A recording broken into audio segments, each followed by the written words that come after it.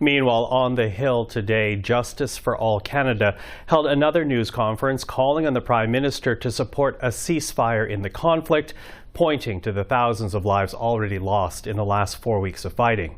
Ahmad Al-Qadi is with Justice for All Canada, a human rights group that speaks out for persecuted Muslim minority communities around the world. Mr. Al-Qadi, thank you for joining us this evening. Thank you for having me.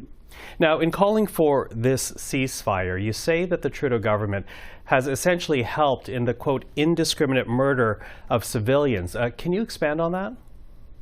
Yes. So when you have the Israeli government, right after October 7th, make multiple claims, such as Palestinians are human animals, that they're going to flatten Gaza, that there are no innocent civilians in Gaza, that they're going to decimate Gaza through any means necessary, that they will do anything in order to win.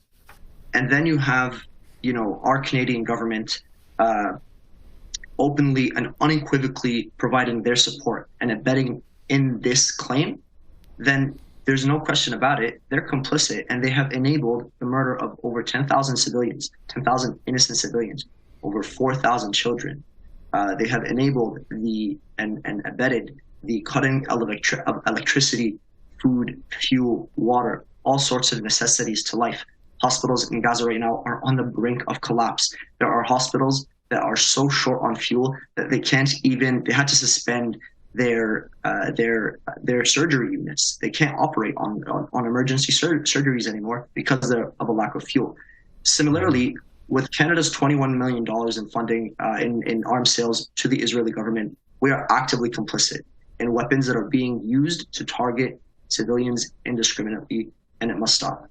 The Prime Minister, though, has called for a humanitarian pause to get aid through to the region, to de-escalate the situation, and to listen to him, to get all parties involved, basically exploring a two-state solution again. Does that mean anything? Truthfully, right now, a two-state solution does not mean anything.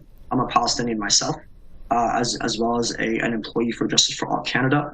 The reason a two-state solution right now would not mean anything is because that is a long-term solution. That is step 10. When you're talking about a humanitarian pause, you're essentially talking about a coffee break for the civilians who have done nothing wrong, who are victims of a war crime that is collective punishment, done nothing wrong, coffee break for you to get your energy back, and then jump right back into being butchered.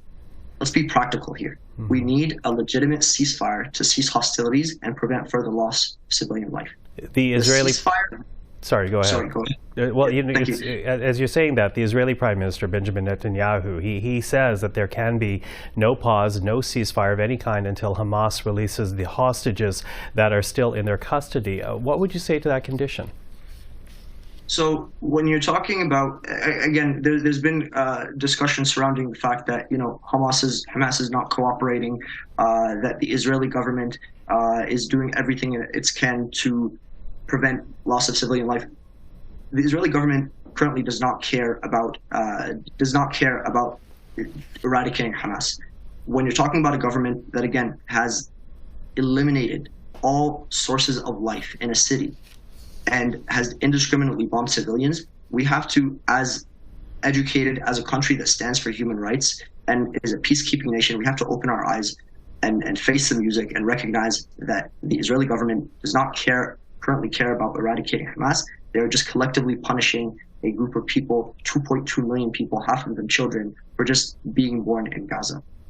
I'm not here to speak as a spokesperson for Hamas. Mm-hmm. We're not Justice for All. We're not spokesperson for Hamas, so we can't speak to any of the politics surrounding the region. But we know that the solution right now is not to continue bombarding civilians and killing indiscriminately. So what would you like to see from Canada and from Canadians at this point, then? So Canadians, 71% of Canadians in a recent poll have called for the government to push for a ceasefire. This is not, Justice for All is not a monolith. We're joined by 700 organizations globally who have called for ceasefires. Many within the United Nations, including the Human Rights Commissioner, has called for a ceasefire. We'd like to commend the NDP for unequivocally calling for a ceasefire as a party policy. What we need to see is, first of all, an immediate ceasefire. Secondly, Canada must re-establish and recognize the ICC's jurisdiction over investigating the Israeli government for war crimes in Palestine. Thirdly, Canada must review its arms sales, to the Israeli government so that our country and our taxpayer dollars are not complicit in the murder of civilians. Ahmad Al-Qadi, I appreciate the time. Thank you for this. If I could just reiterate a point that I made earlier. The reason I said that, I just want to be clear, the reason I said that the two-state solution is not viable right now is because that's step number 10. Right now, we can't even establish step number 1, which is establishing a humanitarian corridor, ending the siege on Gaza, and pushing for a ceasefire. Once we can hold the Israeli government accountable for its actions, for its complicit murder, for its deliberate murder of civilians, then we can talk about long-term solutions. But right now, we need the government to take its head truthfully out of the clouds, come back down to earth, and look at tangible, achievable short-term solutions that will prevent the loss of civilian life. Thank you. Ahmad Al-Qadi, again, thank you for the time. Thank you. Take care.